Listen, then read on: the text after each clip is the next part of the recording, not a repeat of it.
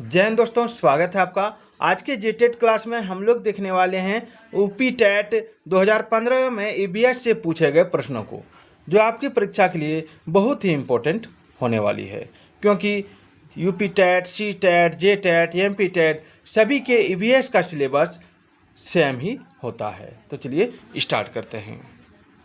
पहला सवाल है कि चिपको आंदोलन के प्रणेता कौन है। चिपको आंदोलन के प्रणेता कौन है? तो देखिए, चिपको आंदोलन के प्रणेता सुंदरलाल बहुगुणा है। आइए थोड़ा इसको हम लोग डिटेल में जानते हैं।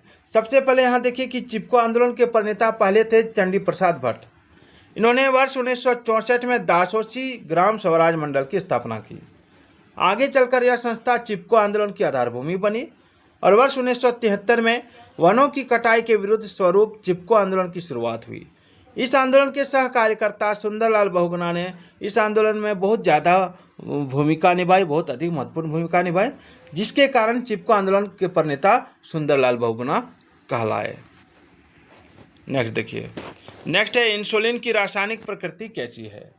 विटामिन है या प्रोटीन है? तो देखिए, इंसुलिन की रासायनिक प्रकृति प्रोटीन है, याद रखिएगा, ठीक है। क्योंकि इंसुलिन जो है ये आपका एक पेप्टाइड हार्मोन है, ठीक है। रासायनिक संरचना की दृष्टि से इंसुलिन एक पेप्टाइड हार्मोन है और इंसुलिन की रासायनिक प्रकृति प्रोटीन है, जिसकी रचना आपका 51 अमीनो अम्ल से होती है। यह शरीर में ग्लूकोज के उपापचय को नियंत्रित करता है। आगे, पौधों में अर्धसूत्री विभाजन होता है। तो देखिए, पराग कोश में होता है।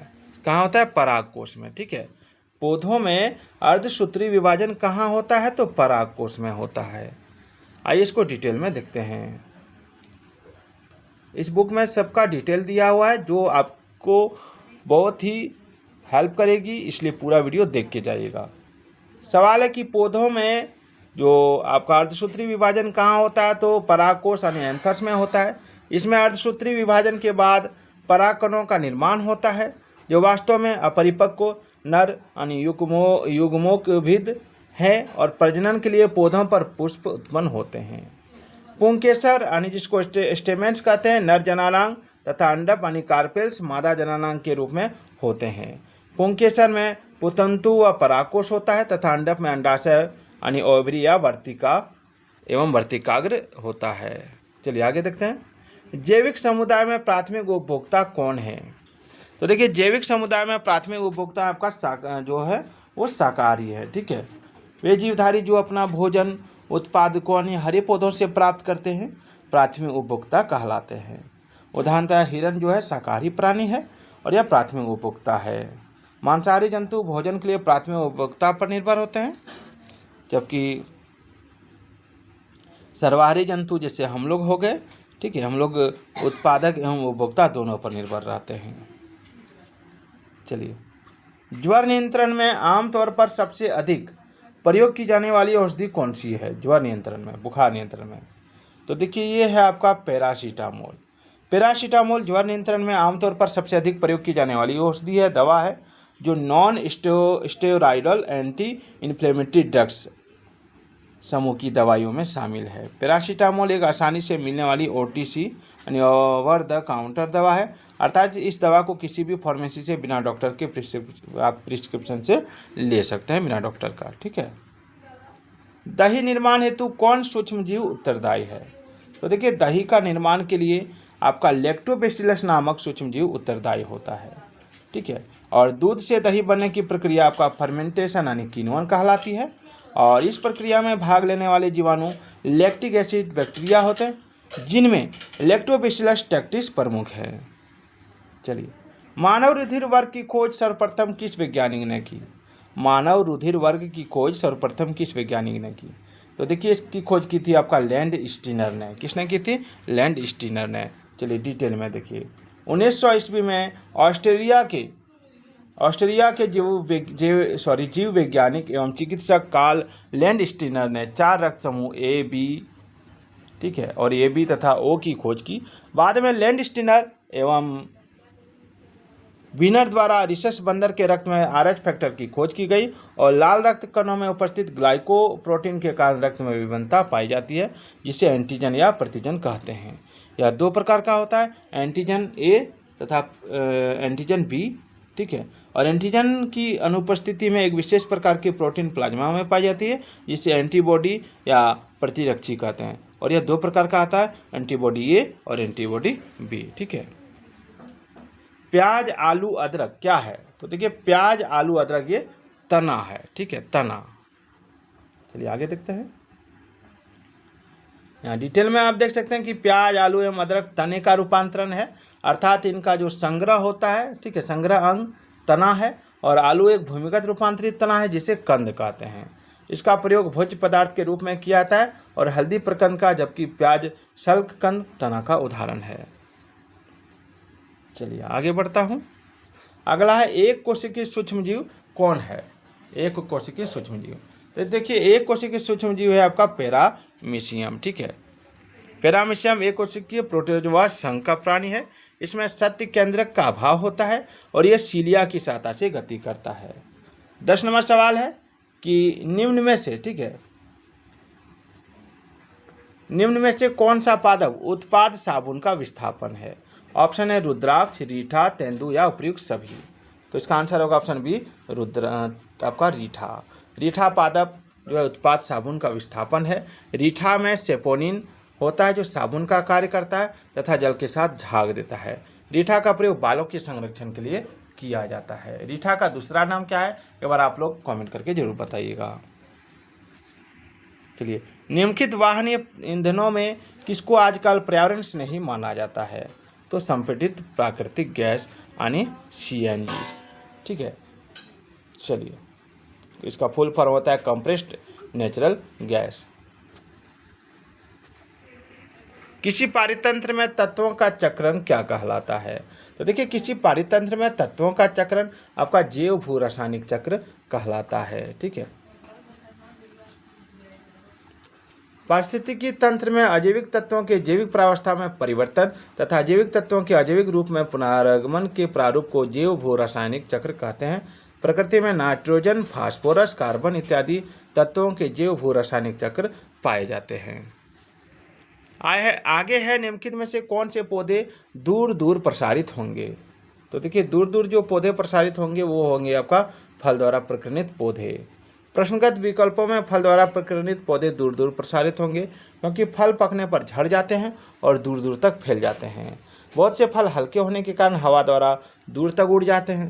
कुछ फलों के ऊपर बने नुकीले हिस्से जानवरों के बालों या चमड़ों पर चिपक कर इधर उधर बिखर जाते हैं। जल द्वारा भी यह कार्य बहुत से समुद्र तट के पौधों में होता है। आगे है, जब एक जीव लाभ लेता है बगैर दूसरे सहवासी जीव को प्रभावित किए तो क्या कहलाता है? परजीवी, सहभोजी या फिर आपका मृतपोजीवी या सहजीवी। तो देखिए इसका आंसर होगा आपका सहजीवी, सहभोजी। अब सहभोजी क्या है आइए डिटेल में देखते हैं। एक सहयोगी जीव बिना दूसरे जीव को हानि पहुंचाए ही लाभान्वित होता है तो इसे सहभोजिता यानी आपका कोमेंसेलिज्म कहते हैं, जिससे आर्किड, आरोही एवं कंठलताएं इत्यादि। सहजीविता यानी सिम्बोसिस में दोनों जीव परस्पर लाभान्वित होते हैं। आगे देखिए, जब मोर सांप को खाता है, सांप कीड़ों को खाता है और कीड़े हरे पौधे को खाते हैं तो मोर का पोषण तल क्या है? तो मोर का पोषण तल आपका खाद्य पिरामिड के शीर्ष पर है, ठीक है, क्योंकि कीड़े है पहले क्या है यहाँ पे डिटेल में देखिए। हरे पौधे क्या है? उत्पादक यदि प्रथम हो गया, कीड़े प्राथमिक उपभोक्ता है, ठीक है, ये उत्पादक हो गया, ये प्राथमिक उपभोक्ता। कीड़े को कौन खाया? कीड़े को द्वितीय उपभोक्ता यानी सांप खाया। और मोर सांप को कौन खाया? तो मोर खाया, ये तृतीय उपभोक्ता है। चलिए, निम्न में से कौन सा कायांतरित सेल का उदाहरण है? तो देखिए कायांतरित सेल का जो उदाहरण है वो है आपका ऑप्शन सी, संगमरमर, ठीक है। ताप, दाब और रासायनिक क्रियाओं के कारण आग्नेय और अवसादी चट्टानों के स्वरूप में परिवर्तित होने से रूपांतरित चट्टान या कायांतरित सेल का निर्माण होता है। ग्रेनाइट का नाइस तथा चूने के पत्थर का संगमरमर के रूप में परिवर्तन कायांतरित सेल के प्रमुख उदाहरण है। कभी कभी रूपांतरित सेल का भी रूपांतरण हो जाता है। चलिए आगे बढ़ते हैं। महासागरों में निम्न में से कौन सा लवण सर्वाधिक मात्रा में पाया जाता है? तो देखिए ये होगा सोडियम क्लोराइड, ठीक है। यहाँ पे आप देख सकते हैं कि महासागरीय तल की लवणता में सोडियम क्लोराइड का लगभग 77.8% अधिकतम योगदान है। इसके बाद मैग्नीशियम क्लोराइड 10.9% का योगदान है। राज्यसभा में होने वाली सभाओं की अध्यक्षता कौन करता है? तो देखिए, इसकी अध्यक्षता करता है आपका उपराष्ट्रपति। अनुच्छेद 64 के अनुसार उपराष्ट्रपति राज्यसभा का पदेन सभापति होगा और अन्य कोई लाभ का पद ग्रहण नहीं करेगा और राज्यसभा में होने वाली सभाओं की अध्यक्षता उपराष्ट्रपति करता है। चलिए आगे है कि निम्न में किस मिट्टी का विस्तार भारत के सर्वाधिक क्षेत्र पर है? तो ये जलोढ़ मिट्टी है। भारत में कछारी मिट्टी यानी जलोढ़ मिट्टी सर्वाधिक क्षेत्र में पाई जाने वाली मिट्टी है और यह मिट्टी देश के 40% भागों के लगभग 15 लाख वर्ग किलोमीटर क्षेत्र में विस्तृत है और यह मिट्टी पंजाब से असम तक के विशाल मैदानी भाग के साथ साथ नर्मदा, ताप्ती, महानदी, गोदावरी, कृष्णा और कावेरी घाटियों से फैली हुई है। आगे, जो शाकाहारी जंतु भोजन के लिए हरे पेड़ पौधों पर निर्भर रहते हैं उन्हें क्या कहते हैं? तो उन्हें कहते हैं प्रथम चरण उपभोक्ता। वह उपभोक्ता जो अपने भोजन के लिए पेड़ पौधों पर निर्भर रहता है प्राथमिक उपभोक्ता अर्थात शाकाहारी कहलाता है। चरने वाले पशु बकरी, खरगोश, ऊंट, गाय, हिरण, टिट्टा और चूहा इसी श्रेणी में आते हैं। प्लेग क्या है? तो प्लेग एक जीवाणु जनित रोग है। ठीक है, प्लेग क्या है? एक जीवाणु जनित रोग है। प्लेग एक संक्रामक या संसर्ग रोग है, इन्फेक्शियस डिजीज, जो कि विशेष जीवाणु पास्चुरेला पेस्टिस द्वारा होता है और यह रोग सर्वप्रथम चूहे को होता है। चूहे के शरीर पर पिस्सू रहते हैं जो इनका संदूषित रक्त चूसते हैं। फलस्वरूप रोग के जीवाणु पिस्सुओं में पहुंच जाते हैं और पिस्सुओं के काटने से रोग के जीवाणु मानव शरीर में पहुंचकर प्लेग रोग उत्पन्न करते हैं। चलिए, गैसीय अपशिष्ट क्या है? तो देखिए, गैसीय अपशिष्ट आपका लकड़ी, कोयला से जलने वाला धुआं होता है। ठीक है, लकड़ी, कोयला, डीजल एवं पेट्रोल इत्यादि को जलाने से विभिन्न प्रकार की गैस व धुएं की उत्पत्ति होती है। कोयला, पेट्रोल और डीजल आदि के दहन से मुख्यतः कार्बन और नाइट्रोजन के ऑक्साइड वायु में व्याप्त होते हैं जो कि वायु प्रदूषण का प्रमुख कारण है। गैस अपशिष्ट वे पदार्थ होते हैं जो किसी अन्य पदार्थों के अपशिष्ट होते हैं तथा गैस रूप में रहते हैं और इससे पर्यावरण प्रदूषित होता है।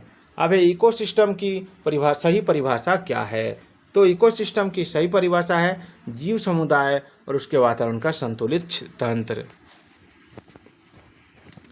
चलिए आगे बढ़ते हैं। अगला है, मानव विकास के क्रम में 2 पैरों पर चलने का सबसे बड़ा लाभ क्या है? तो सबसे बड़ा लाभ है कि हाथ स्वतंत्र रूप से मस्तिष्क के आज्ञानुसार कार्य कर सकते हैं। चलिए, भूकंप की तीव्रता मापने के यंत्र को क्या कहते हैं? तो देखिए, भूकंप की तीव्रता को मापने के यंत्र को कहते हैं आपका सिस्मोग्राफ। ठीक है, याद रखिएगा। चलिए, सूर्य से निकटतम ग्रह कौन सा है? तो सूर्य से निकटतम ग्रह बुध है। गिर राष्ट्रीय पार्क किस राज्य में स्थित है?